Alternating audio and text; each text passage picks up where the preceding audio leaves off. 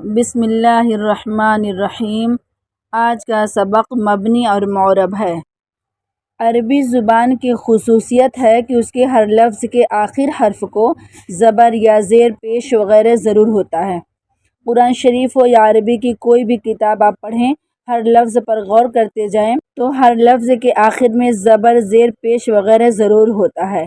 اس لیے عربی عبارت صحیح پڑھنے کے لیے جاننا بہت ضروری ہے کہ کس لفظ کے آخر میں پیش آئے گا، کس کے آخر میں زبر آئے گا، کہاں زیر آئے گی، کہاں جزم ہوگا۔ اس کے علاوہ یہ بھی جاننا بہت ضروری ہے کہ کون سے الفاظ ایسے ہیں جن کی حرکت ہمیشہ یکساں رہتی ہے اور کون سے الفاظ ہیں جن کی حرکت بدلتی رہتی ہے۔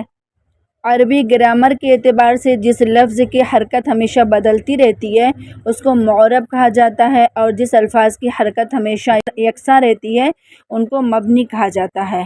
اس اعتبار سے تمام کلمات عرب کی آخر حرکت کے لحاظ سے دو قسمیں ہو جاتی ہیں۔ اول مبنی، یعنی وہ کلمہ جس کی حرکت مقرر ہو اور کسی عامل کے اثر سے نہیں بدلتی۔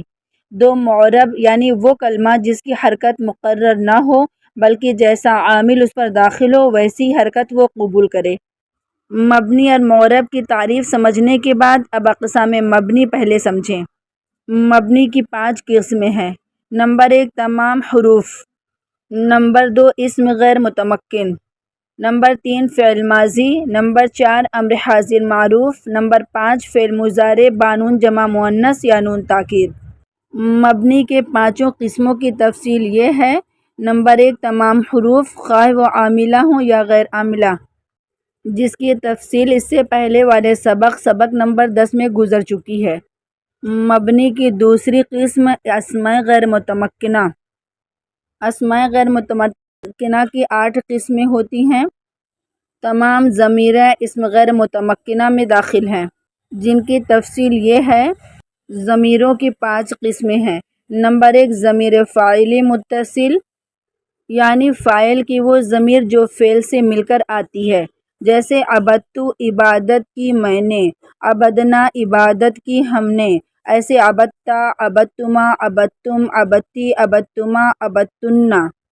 فعل کے ان صیغوں کے اندر انتا انتما انتم انتی انتما انتن کی ضمیر پوشیدہ ہے۔ اسی طرح عبدا عبدا عبدو عبدت عبدتا عبدنا۔ غائب کے ان 6 صیغوں کے اندر ہوا ہما ہم ہیا ہما ہن کی ضمیر پوشیدہ ہے۔ اس طرح فعل کے اندر جو ضمیریں پوشیدہ ہو کر آتی ہیں ان کو ضمیر فاعلی متصل کہا جاتا ہے۔ نمبر 2 ضمیر فاعلی منفصل، یعنی فاعل کی وہ ضمیریں جو فعل سے علیحدہ ہو کر کے آتی ہیں، جیسے انا میں، نحن ہم، انتا انتما انتم انتی انتما انتن، ہوا ہما ہم ہیا ہما ہن۔ ضمیروں کی تفصیل پہلے سبق میں گزر چکی ہے۔ نمبر 3 ضمیر مفعولی متصل۔ اوپر کی دونوں قسمیں ضمیر فاعلی کی تھیں۔ فاعل کہتے ہیں کام کرنے والے کو، اور مفعول کہتے ہیں جس پر کام واقع ہوا ہو۔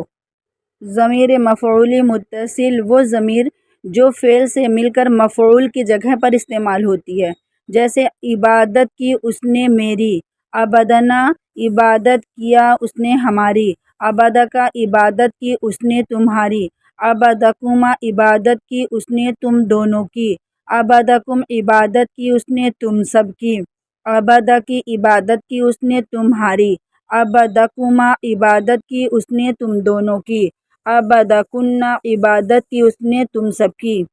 اسی طرح غائب کی ضمیروں کے ساتھ عبدہ عبادت کی اس کی، عبدہما عبادت کی اس نے ان دونوں کی، عبدہم عبادت کی اس نے ان سب کی، عبدہا عبادت کی اس نے اس ایک عورت کی، عبدہما عبادت کی اس نے ان دونوں عورتوں کی، عبدہن عبادت کی اس نے ان سب عورتوں کی۔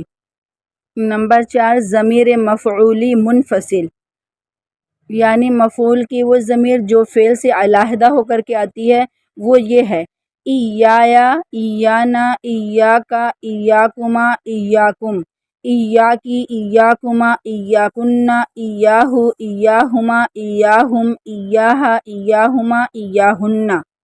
ان ضمیروں کا استعمال مفعول کے لیے ہوتا ہے۔ نمبر 5 ضمائر مجرورہ، جیسے لی میرے لیے، یعنی وہ ضمیر جس پر حرف جر داخل ہوتا ہے، جیسے لنا، لکا، لکما، لکم، لکی، لکما، لکنہ، لہو، لہما، لہم، لہا، لہما، لہنہ۔ ضمیر کی یہ پانچوں قسمیں اسماء غیر متمکنہ کی پہلی قسم ہے۔ دوسری قسم اسماء غیر متمکنہ کی اسماء اشارہ ہے۔ اسماء اشارہ کی تفصیل اسی جز کے دوسرے یا تیسرے سبق میں گزر چکی ہے۔ اس کے علاوہ نقشے میں بھی تفصیل موجود ہے۔ پڑھنے والے حضرات مزید کتاب کے ذریعہ سبق سمجھ سکتے ہیں۔ اسماء غیر متمکنہ کی تیسری قسم اسم موصول۔ اسم موصول کے کلمات یہ ہیں: مذکر کے لیے الذی، اللذانی، اللذین، اللذینہ۔ الذی واحد مذکر کے لیے، اللذانی، اللذین تثنیہ مذکر کے لیے، اللذینہ جمع مذکر کے لیے استعمال ہوتا ہے۔ مؤنث کے لیے اللتی، اللتانی، اللتین، اللواتی۔ اللتی واحد مؤنث کے لیے، اللتانی، اللتین تثنیہ مؤنث کے لیے، اللواتی جمع مؤنث کے لیے استعمال ہوتا ہے۔ اسماء موصولہ کے کلمات کثرت سے استعمال ہوتے ہیں اور یہ تمام کلمات مبنی ہیں۔ اس کے علاوہ من جو شخص، ما جو چیز، ایون جو ان میں ایو معرب ہے کیونکہ ہمیشہ مضاف ہوتا ہے اور اضافت مبنی ہونے کے منافی ہوتی ہے۔ اور یہ بات خاص خیال رکھیں، اس میں موصول کے بعد ایک جملہ ہوتا ہے جو موصول کا صلہ قرار دیا جاتا ہے۔ اس موصول سے پہلے جو اسم ہوتا ہے وہ موصوف ہوتا ہے اور اس میں موصول مع صفت کے اس کی صفت قرار پاتا ہے، جیسے ربکم الذی خلقکم، تمہارا پروردگار جس نے پیدا کیا تم کو۔ اس جملے کی ترکیب اس طرح ہے: ربا مضاف کا مضاف الیہ، مضاف مضاف الیہ ہو کر کے موصوف، الذی اسم موصول، خلق فعل، ہوا ضمیر فاعل، کم مفعول، فعل فاعل مفعول مل کر کے اسماء موصولہ کا صلہ، موصولہ اپنے صلہ سے مل کر کے ربکم موصوف کا صفت ہوا۔ تو یہ پورا جملہ اس طرح سے موصوف صفت بن کر کے استعمال ہوا ہے۔ اسماء غیر متمکنہ کی چوتھی قسم اسماء افعال، جیسے ہیہاتا، شتانا، سرعانا، رویدا، ہیہل، ہلما، بلہا، علیکا۔ یہ تمام کلمات قرآن شریف میں الگ الگ جگہ پر الگ معنی کے لیے استعمال ہوتے ہیں۔ یہ تمام کلمات جہاں بھی آئیں گے ان کو اسماء افعال کہا جاتا ہے اور یہ کلمات مبنی ہیں۔ اسماء غیر متمکنہ کی پانچویں قسم اسماء اصوات، جیسے اوہ، اوہ، اف، بخن، نخن، غاقہ۔ یہ الگ الگ کلمات عربی میں آواز کے لیے استعمال ہوتے ہیں کیونکہ اصوات صوتن کی جمع ہے جس کے معنی آواز کے ہیں۔ یہ تمام کلمات بھی مبنی ہیں۔ اسماء غیر متمکنہ کی چھٹی قسم اسماء کنایات، جیسے کم، کذا۔ اسماء غیر متمکنہ کی ساتویں قسم مرکب بنائی، جیسے احد عشرہ سے تسعۃ عشرہ تک۔ عربی میں احد عشرہ 11 کے لیے اور تسعۃ عشرہ 19 تک، یعنی 11 سے 19 تک کی گنتی بھی مبنی ہے۔ البتہ اثنتا عشرہ یعنی 12 کی جو عدد ہے اس کا پہلا جز معرب ہے، وہ بدلتے رہتا ہے۔ احد عشرہ سے تسعۃ عشرہ تک کی عدد اس طرح ہے: احد عشرہ 11، اثنتا عشرہ 12، ثلاثۃ عشرہ 13، اربعۃ عشرہ 14، خمسۃ عشرہ 15، ستۃ عشرہ 16، سبعۃ عشرہ 17، ثمانیۃ عشرہ 18، تسعۃ عشرہ 19۔ یہ تمام عدد مبنی ہیں اثنتا عشرہ کے علاوہ۔ اسماء غیر متمکنہ کی آٹھویں قسم اسماء ظروف ہیں۔ اسماء ظروف کی دو قسمیں آتی ہیں: ظروف زمان، ظروف مکان۔ ظروف زمان یہ ہے از، اذا دونوں جب کے معنی آتے ہیں، متی کب یا جب، کیفا کیوں کر، ایانا کب، امسی گزشتہ کل، قطو کبھی نہیں، قبلو آگے، بعدو بعد کو۔ ظروف مکان یہ ہیں حیثو جگہ، قدامو آگے، تحتو نیچے، فوقو اوپر۔ قبلو، بعدو، قدامو، تحتو، فوقو کے مبنی ہونے کی شرط یہ ہے کہ مضاف ہوں اور مضاف الیہ لفظوں میں نہ ہو بلکہ حذف ہو اور مراد لیا جاتا ہو۔ اس کے علاوہ اگر یہ کلمات مضاف ہیں اور مضاف الیہ لفظوں میں موجود ہے تو اس پر عامل عمل کر سکتے ہیں۔ یہاں تک 8 قسمیں اسماء غیر متمکنہ کی ہیں، اور اسماء غیر متمکنہ مبنی کی 5 قسموں میں سے دوسری قسم ہے۔ مبنی کی تیسری قسم فعل ماضی ہے، اور مبنی کی چوتھی قسم فعل امر حاضر معروف ہے۔ پانچویں قسم فعل مضارع نون جمع مؤنث یا نون تاکید کے ساتھ ہے۔ فعل ماضی، فعل امر حاضر معروف، فعل مضارع، ان تمام کی تفصیلات فعلوں کے سلسلے میں پہلے سبق میں گزر چکی ہے۔ اب یہاں یہ بات خاص یاد رکھنے کی ہے، ان تمام کلمات پر کسی عامل کے اثر سے کوئی تبدیلی نہیں ہو سکتی ہے، کیونکہ فعل کے تمام قسمیں مبنی ہیں۔ مذکورہ 5 قسمیں مبنی ہیں، اس کے علاوہ معرب کی 2 قسمیں ہوتی ہیں۔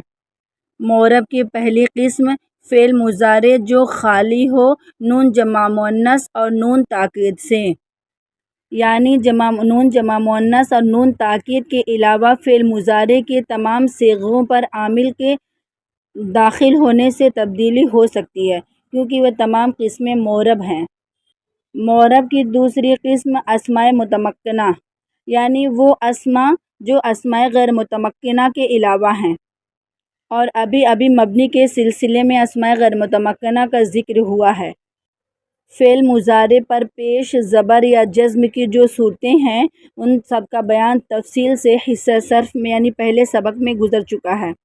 اب یہاں صرف اسم متمکن کے متعلق بیان کیا جائے گا کہ اس پر حرکت آنے کی کیا صورتیں ہو سکتی ہیں۔ اسماء متمکنہ کے اعراب کا بیان۔